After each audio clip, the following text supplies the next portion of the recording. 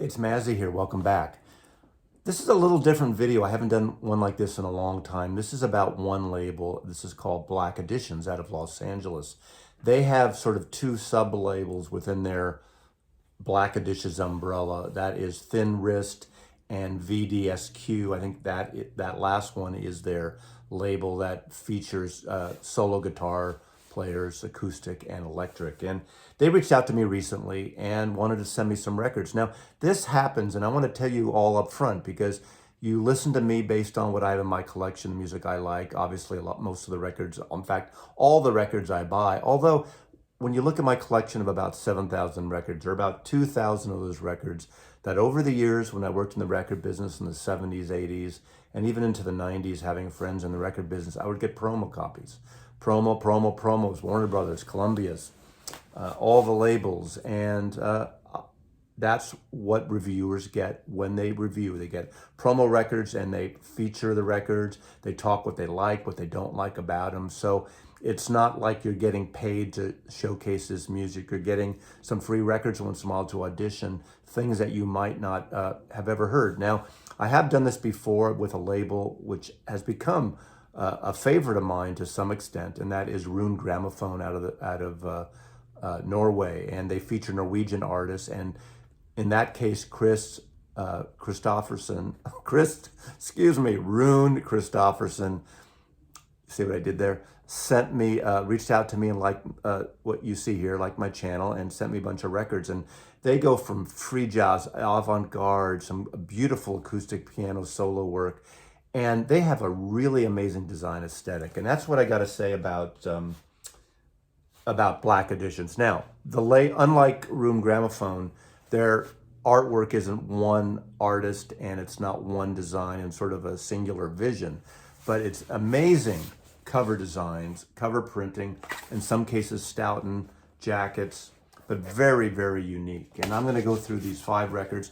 I am going to play needle drops because I think in this kind of music, some of the music is very out there and noisy, and some of it is more accessible than others, and I will tell you my opinion on it. But I think this is interesting stuff that you should check out. So I want to tell you and be transparent when I do get free records. It doesn't happen a lot, but occasionally I get a handful of labels and people that send me stuff. And if I feel very interested in the art, the cover art, the music, in some cases, the full aesthetic of it, I will tell you. And I think this label is important enough and interesting enough for me to showcase. And again, I like some better than others. So we're going to get into this right now. And I'm going to showcase these 5 records for you. And you're going to hear some of them. And if you like them, check them out. There'll be a link below.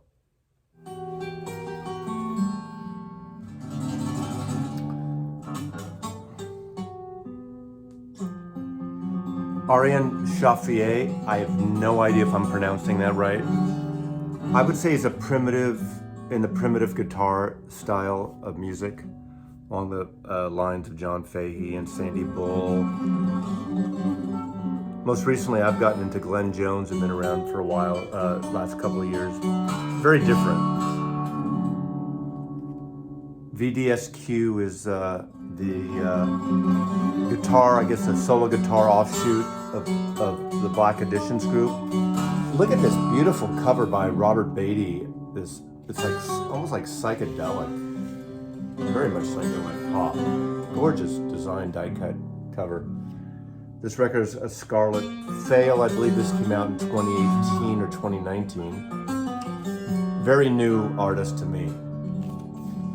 But there's so much going on. This record is all solo. There's some effects pedals, acoustic and electric. Just a really beautiful sound here. Let me play a little bit.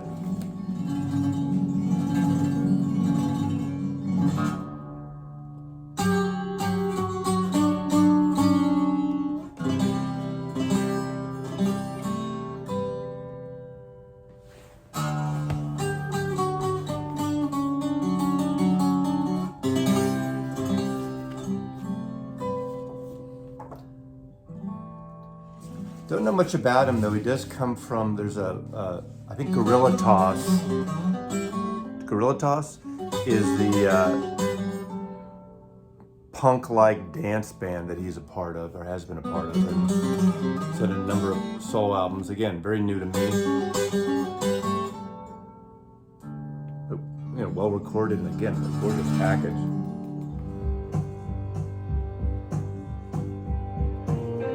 $75 bill. I Was Real. Let me just let this play a little bit. Let me crank it a bit.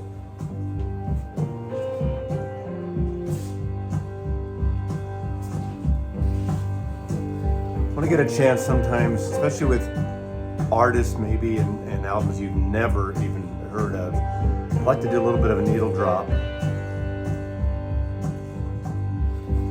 This is an album that came out in 2019 on Thin Wrist Records, which is a part of this Black Editions group out of Los Angeles. Beautiful cover, double record, kind of a linen cover. This is the third album by $75 bill. At the core, a duo, a New York duo, avant-garde. You know, I've heard people describe it as sometimes of a modal jazz, a dirge quality to it.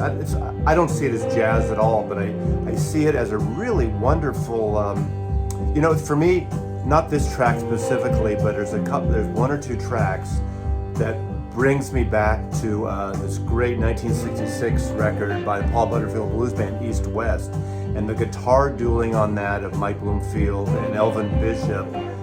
And the Eastern sounds, there's a Northern African taste to some of this record. $75 bill. The core are Rick Brown on percussion and Shay Shen on guitars, and a little psychedelic drone-like minimalism on some of their music. And this one they bring on other musicians. And it was recorded, I think, over a 4 or 5 year period and released in 2019. This is a favorite record of mine right now as we speak, and I was just turned on to it just now, just recently. Beautiful cover art. I mean, there are electric cellos and electric violas where they go from, you know, the left channel to the right channel, some beautiful stereo. So it's just it's a all instrumental record. There are some vignettes and some teasing of bluesy rock and roll guitar licks, but it's not an outright, obviously, rock and roll record. But I think it's very accessible. But it has avant-garde tendencies, and I wouldn't say like out there jazz at all, because it's not as free form, because the rhythms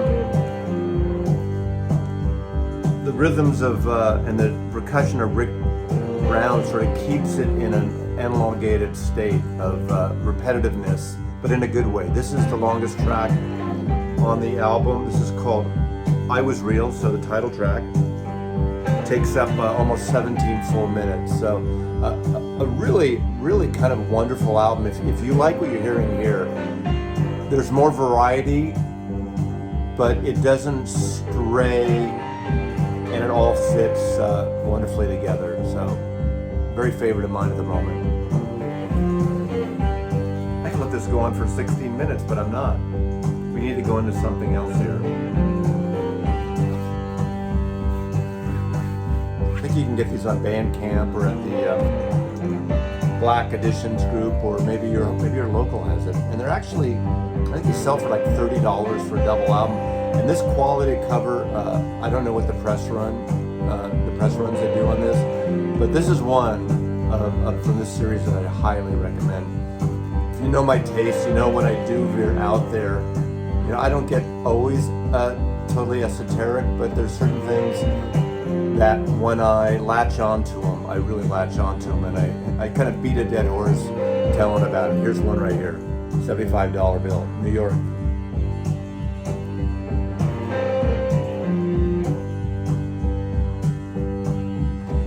again, maybe because of my background, I mean, reminds me of these 60s jams from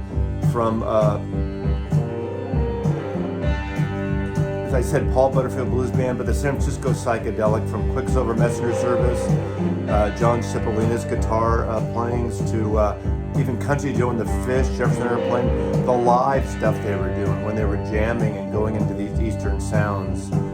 That was really a part of the psychedelic movement. Again, especially listen to East-West. Listen to East-West. If you don't have East-West, Paul Butterfield Blues Band. In 1966, that's really early for that music, as we get into the whole 67 Summer of Love. This could fit right in there, I think. Ravi Shankar, Ali Akbar Khan, and the Eastern sounds that were going, even though this is more of that North African sound that's been also popular lately. So, and since we've been talking, since I've been talking, I know I'm doing all the talking, since I've been talking, how this builds, it builds up to this crescendo and then kind of dies down again. I've been playing this track 17 minutes, like literally about 10 times so far. That's when you know a certain piece of music really hits you. So can't say enough about this record. Now from Thin Wrist Records, probably the most out there and the avant-garde and the noisiest, literally the noise music of all the records I'm showing today. And again, this is in the not for everyone category. 1996 Surface of the Earth.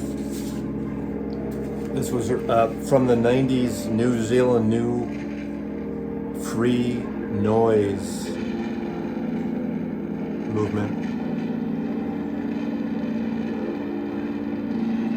If you're into Sonic Youth, if you're into the avant-garde, I mean, from conceptualism from John Cale, John Cage even, actually. Mood Drone. Nothing that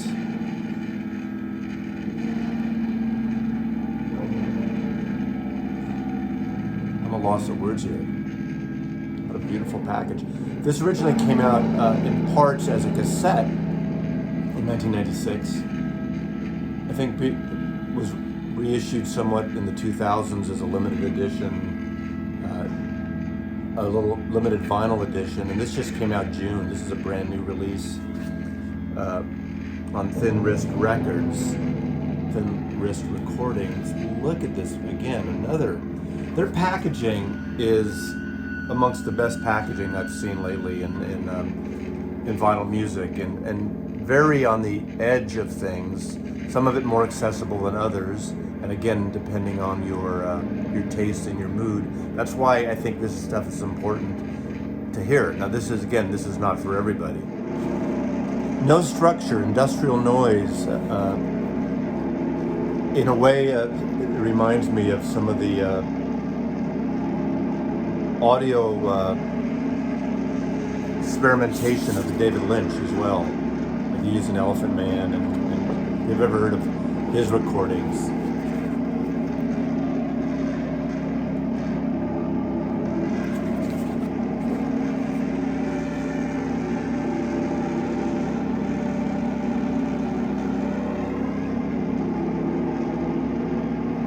This is where I've had arguments and heated debates over the years with my love for conceptual art, the Fluxus movement. There is an audience and room for this. It's not something you put on for a normal pure enjoyment. It's experience.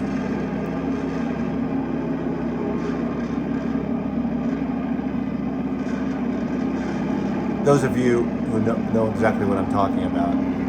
I'm not the expert in this music.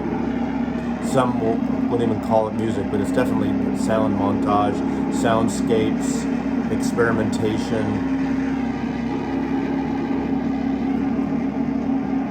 surface of the earth. Thin wrist recording.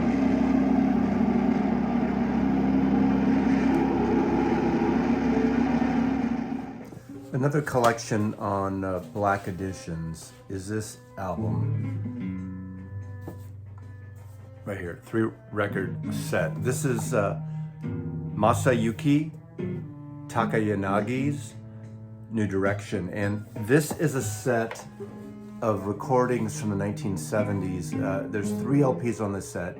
What you're hearing in the background is definitely the most mellow pieces of music from this collection. He was probably the premier free jazz avant-garde guitar player in the world early on, and especially from Japan. He has on this record, I mean, most of it is a noise brashness that is just literally intense, that fights with his trio all the way. I mean, there's a certain, obviously influence later, the post-punk bands and noise bands like Sonic Youth, which in a way, Sonic Youth would be a Barry Manilow in comparison to some of the recordings on this record. Call in Question, Live Independence. Live Independence is live versions that were originally put out on CD in 1995, recorded in Tokyo at Station 70, the club in Japan. This is a brash, avant-garde, bombastic set of recordings. Again, I'm putting this on as the least brash in the background as I speak, but I think if you like that description and you like that music, seek it out. I mean, the first, I'd say, avant-garde free jazz guitar player I ever got into was in a way also very funky and not anything like this conceptually, but is Sonny Chirac. He's someone who I owned records from. I've heard of Masayuki, but actually never dove in and listened to his music. Now this is something for a specific audience. Again, not for everyone, but if you know this style and you like this style of music, it's very rewarding in a certain way. Also, there's a British guitar player around this period of time, Derek Bailey, who was kind of in that school of, again, the combination of brash guitar playing. The way the 3 interact, sometimes it almost sounds like they're not even playing together, but that in a way is the beauty if you like this sort of stylistic, just bombarding assault, sonic assault. Also on a couple of cuts, there's Mototeru Tagadi on saxophone. So this is a 3-record set. It has 3 inserts that have liner notes. I believe this looks like it's liner notes from the 1995 Japanese CD release here that gets into the story of how this came about and about the history of these recordings. Also a profile of basically a biography going up to his death. He died of a liver ailment in 1991, born in 1932 in Shiba, Tokyo. And it goes through his entire sort of history here, point by point, time by time. Highlights key moments in his life. Another record that you might want to check out, but I just wanted to give you a little sense of it. Let's just end up this little segment with a little bit of the bombastic sound so you get a taste of that as well. I'd be remiss if I didn't just give you a little sampling of this.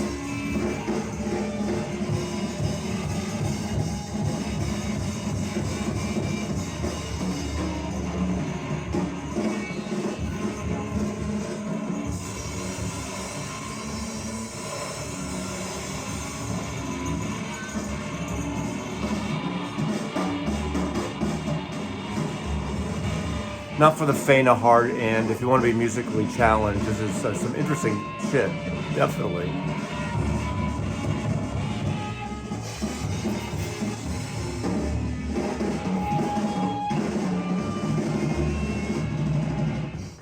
And lastly, Black Editions, a reissue of Tokyo Flashback.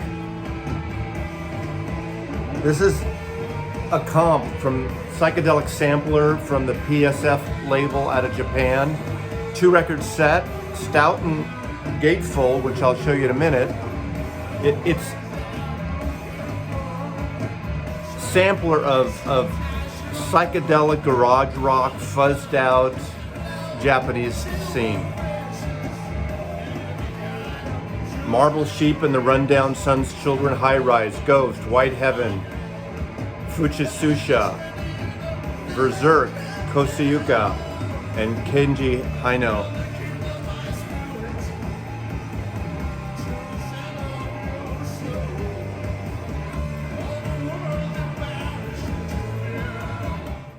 Tokyo Flashback was originally released in Japan in 1981. This is Black Edition's version of it with the original 1991 liner notes as well. The cover that comes in the slipcase, again, beautiful Stoughton cover. Obviously, a lot of those who watch my channel know of the Tone Poets and what the Stoughton covers has done for acoustic sounds. Totally different stock, not the glossy stock, almost a screen print in a way. Look at this, spot varnished, really beautifulness, psychedelic, dark. It's like the punk side of post-punk side of psychedelia, a little bit of the noise side, but just this is a stunning package. This is amongst these 5 records, I'd say this is one of my top 3 out of 5. And it's accessible if you're into the whole garage sound.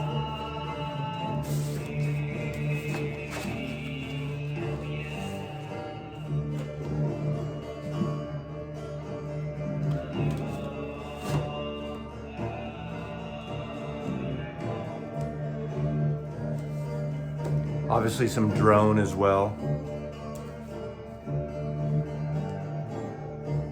There's definitely a noise element and a darkness to this music. In a way, this music reflects more what we're going through right now in 2022 in the world.